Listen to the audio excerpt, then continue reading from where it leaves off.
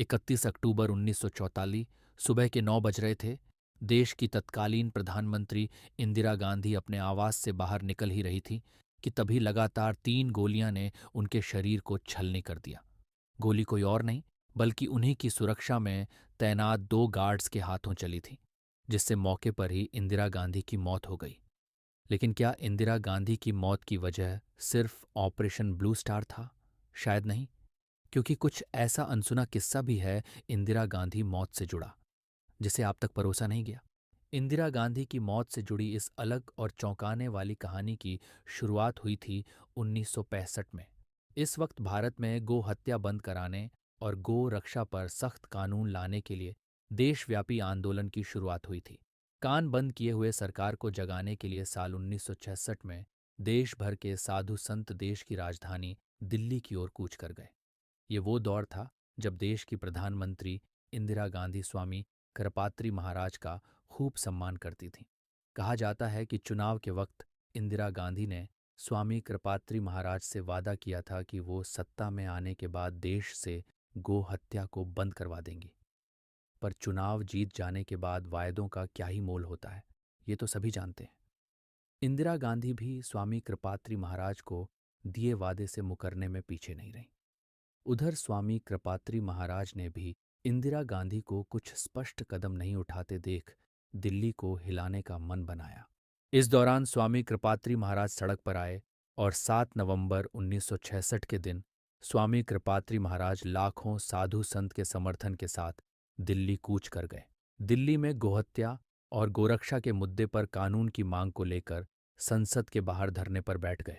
उस वक्त कृपात्री महाराज के साथ रामचंद्र वीर भी थे, जिन्होंने आमरण अनशन का ऐलान किया था। कृपात्री महाराज के नेतृत्व में जब संत संसद कूच कर रहे थे, तब भारी संख्या में महिलाएं भी मौजूद थीं। संसद के बाहर हरियाणा के करनाल जिले से जनसंघ के तत्कालीन सांसद स्वामी रामेश्वरानंद संतों से बोले कि संसद में घुसें और सांसदों को पकड़कर बाहर ले आएं, तभी गो हत्या रोकने से जुड़ा कानून बनेगा। उस वक्त लाखों की संख्या में साधुओं को देखकर दिल्ली पुलिस की शाख हिल गई थी, जिन्हें संभाल पाना मुश्किल हो रहा था। बताया जाता है कि इंदिरा गांधी ने भीड़ पर फायरिंग के आदेश दे दिए थे, जिसके बाद अंधाधुंध गोलियां चलीं, जिसमें साधु संत और कई गोरक्षकों की जान गई। इस फायरिंग में कितने लोगों की जान गई ये कहना मुश्किल है, लेकिन 1966 का गो हत्या विरोधी आंदोलन नाम के विकिपीडिया पेज पर लिखा है कि गो हत्या विरोधी आंदोलन में 3 से 7 लाख लोगों ने हिस्सा लिया था। जब इन लोगों ने संसद का घेराव किया तो पुलिस ने उन पर फायरिंग कर दी और करीब 5,000 लोगों के मरने की खबर सामने आई। वहीं करीब 10,000 लोग घायल हुए। अब मरने वालों या फिर घायलों की संख्या जो भी रही हो, लेकिन इस कांड के बाद स्वामी कृपात्री महाराज इंदिरा गांधी के धोखे से अशांत हो गए थे।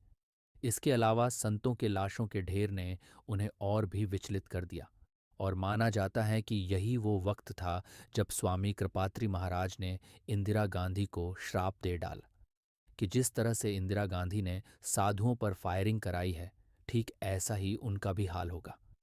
ये श्राप उन्होंने संसद भवन के बाहर संतों साधुओं की लाशें उठाते हुए दिया था। वो इस घटना के बाद अवसाद में चले गए थे। यूपी के गोरखपुर से छपने वाली मासिक पत्रिका कल्याण में भी इस घटना के बारे में छापा गया था। इसी पत्रिका में कृपात्री महाराज के हवाले से इंदिरा गांधी के लिए लिखा गया था, मुझे इस बात का दुख नहीं कि तूने निर्दोष साधुओं की हत्या कराई, बल्कि तूने गोहत्या करने वालों को छूट देकर पाप किया है। ये माफी के लायक नहीं है। गोपाष्टमी के दिन ही तेरे वंश का नाश होगा। इस श्राप का क्या असर हुआ, ये जानने के लिए 1986 के अक्टूबर महीने के पंचांग पर नजर डालिए। वाकई आप चौंक जाएंगे। आश्चर्य कर देने वाली बात है कि जिस दिन इंदिरा गांधी की हत्या हुई थी, उस दिन हिंदू कैलेंडर के मुताबिक अष्टमी का ही दिन था, जो कि इस बात को पुख्ता करती है कि स्वामी कृपात्री महाराज का श्राप इंदिरा गांधी को लगा और उन्होंने जैसा कहा था हुआ भी ठीक वैसा ही। दोस्तों, इंदिरा गांधी की मौत की इस अलग घटना को लेकर आप क्या सोचते हैं, ये आप हमें कमेंट करके ज़रूर बताएं।